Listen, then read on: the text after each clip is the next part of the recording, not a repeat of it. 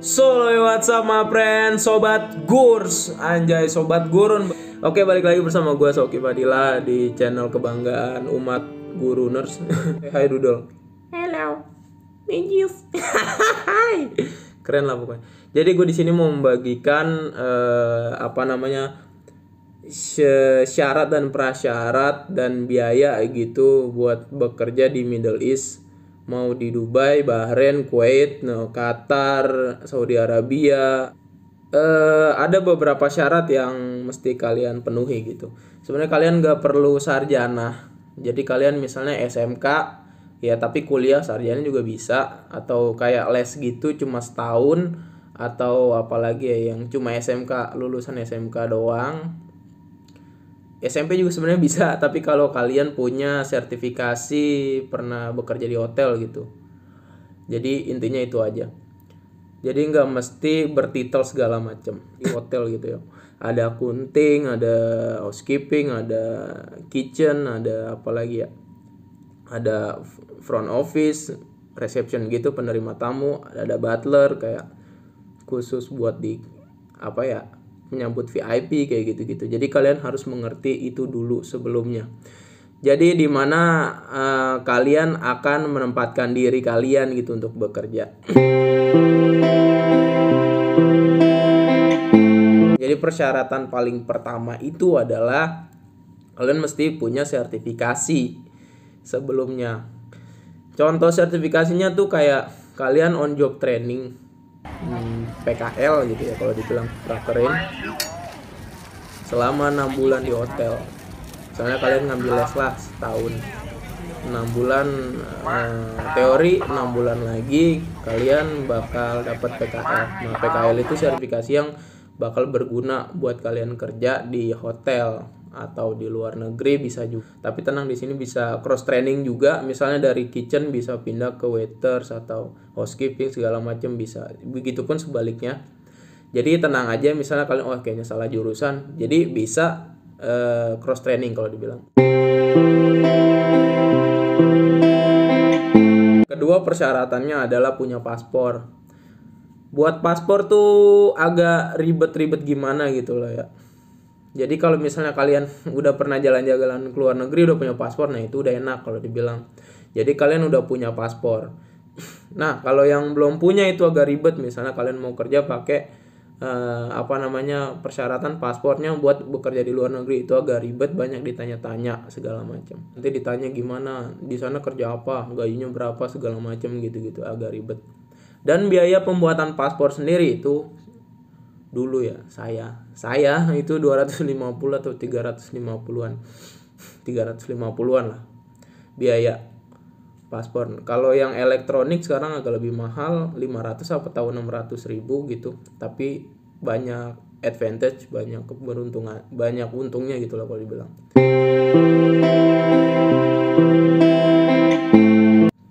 Kalian dapat surat kontrak dulu, baru nanti bakal buat visa segala macam. Setelah surat kontrak dapat, tanda tangan segala macam dari GM atau dari head departemennya itu langsung kalian disuruh untuk medical check up. Setelah udah jelas semua. Tapi itu persyaratan pas kontrak itu banyak banget. Ada foto, ada kirim fast foto, kirim apalagi kayak dokumen paspor, terus kirim apalagi ya kayak KTP lah, atau suruh tanda tangan beberapa lembar kertas gitu loh dari mereka gitu. Nah jadi permasalahannya kalau kalian daftar di agensi itu menurut gua itu lebih mudah, karena agensi bakal membantu kalian gitu untuk nih surat ini surat ini. Tapi kalau kalian mandiri agak ribet. Dan keuntungan agensi itu ya, tapi minusnya biayanya agak mahal, lebih mahal. Kalau mandiri tuh biasanya kalian biayanya semuanya gratis gitu. Kalau bisa dirembes gitu, reimburse sama perusahaan kalian di Middle East.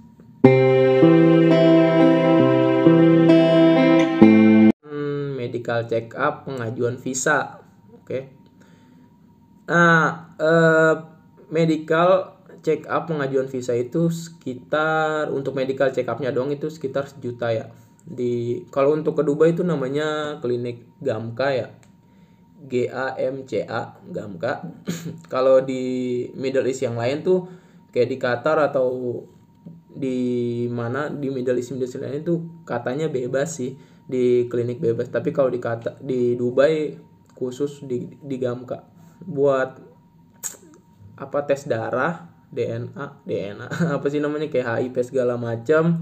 Terus cek seluruh tubuh, cek mata, terus cek apa lagi ya, urin, sama udah sih itu doang, sama ini ronsen. Itu semuanya total 1 juta. Emang mahal sih menurut gue, kayak mahal banget. Itu bakal surat buat pengajuan visanya itu sekitar semingguan lah kalau nggak salah, atau beberapa minggu ke depan setelah kalian medical check up. Nah, jadi medical check up tadi 1 juta.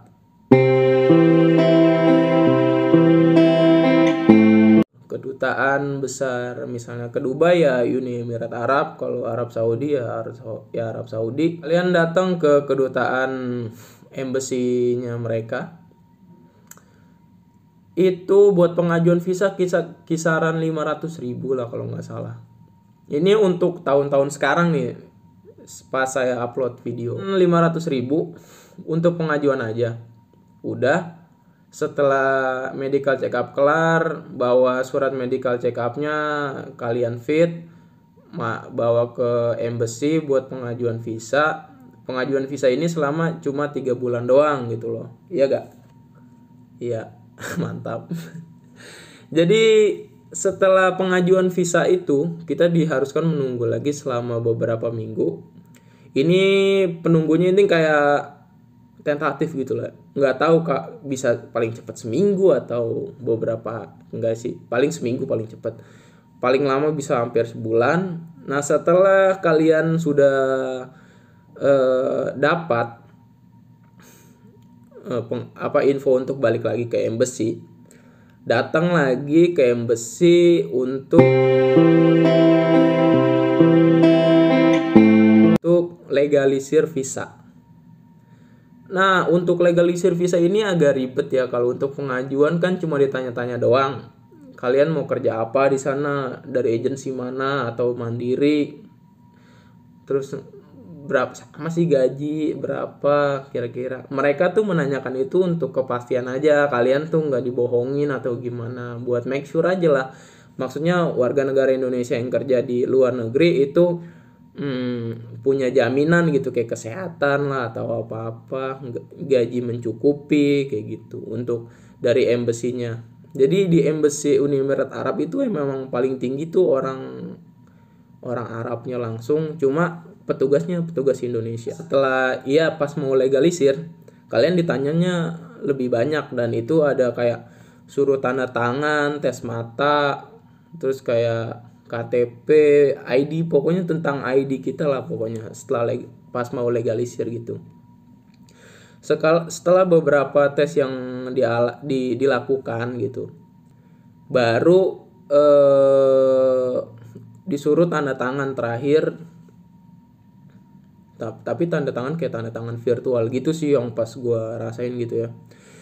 Udah kelar tanda tangan, baru disuruh bayar uang, pembayaran tuh pertama kali, baru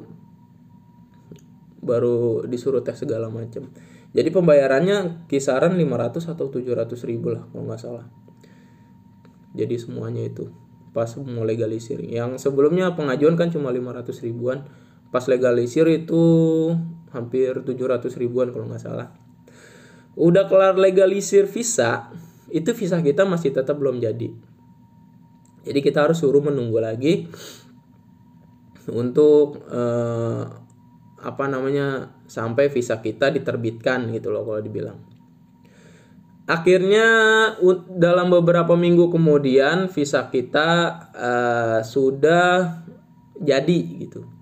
Dan visa kita yang jadi itu ternyata cuma 3 bulan doang, nggak nyampe sesuai kontrak. Misalnya sesuai kontrak, kita kontrak 2 tahun atau 3 tahun.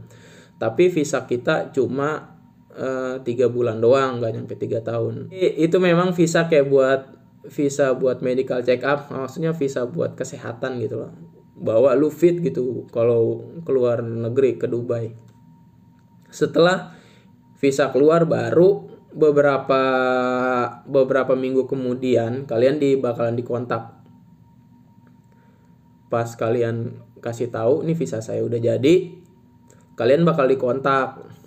Oke, bakal nunggu beberapa minggu atau ditanya siapnya kapan gitulah kalau dibilang. Untuk tiket pesawat itu kita nggak bayar sama sekali. Kalian mau lewat agensi atau biaya mandiri, itu biasanya tiket pesawat gratis dari company yang kalian tuju gitu loh. Jadi free, benar-benar gratis, nggak berbayar sama sekali. Setelah tiket keluar gitu, kalian sudah kelar. Jadi setelah tiket keluar, hanya menunggu tinggal keberangkatan aja. Udah menunggu keberangkatan, nanti bakal ditanyain tuh persyaratan apa aja yang dibawa, maksudnya kayak dokumen gitu loh. Misalnya contoh kayak ijazah, misalnya suruh dibawa paspor, visa, terus pas foto untuk paspor, atau pas foto 3x4 atau 4x6 kayak gitu berapa lembar, dan surat kontrak harus kita bawa karena itu buat ditujukan di di airport, biasanya buat di imigrasi ya, pas lagi ditanya-tanya misalnya kamu kerja di mana, gimana.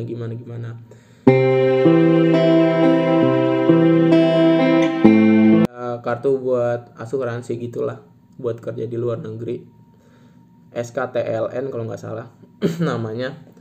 Itu berlaku 2 tahun atau 3 tahun, gue nggak tahu. Bayarnya tuh sekitar 500.000 atau ya kisaran 500.000 atau bisa sampai 1 juta kalau nggak salah. Itu kalian harus buat itu untuk mendeteksi kalian pas di imigrasi bandara bisa lolos gitu, karena kalian bekerja, bukan jalan-jalan ke luar negeri segala macam kayak gitu. Setelah jadi kelar itu cepet, cuma nggak nyampe seminggu lah kalau bisa, cuma beberapa hari doang, beberapa hari kelar. Cuma dokumen dan ditanya-tanya ini itu agak ribet. Setelah kelar itu semua, kalian diharuskan berangkat. Kan udah kelar semua tuh, udah berangkat, akhirnya nyampe lah di bandara tujuan kayak Middle East, entah Dubai, entah Qatar, entah dimanapun. Tapi untuk pengalaman gue tuh di Dubai ya, bukan di Qatar. Nah, nyampe di Dubai itu bandaranya agak ribet, banyak banget ya. Jadi lu harus naik metro itu kayak MRT. Udah nyampe itu free di bandara, lu nyampe terus ngambil bagasi. Nah, sebelum ngambil bagasi itu kalian ditanya lagi di bagian imigrasi.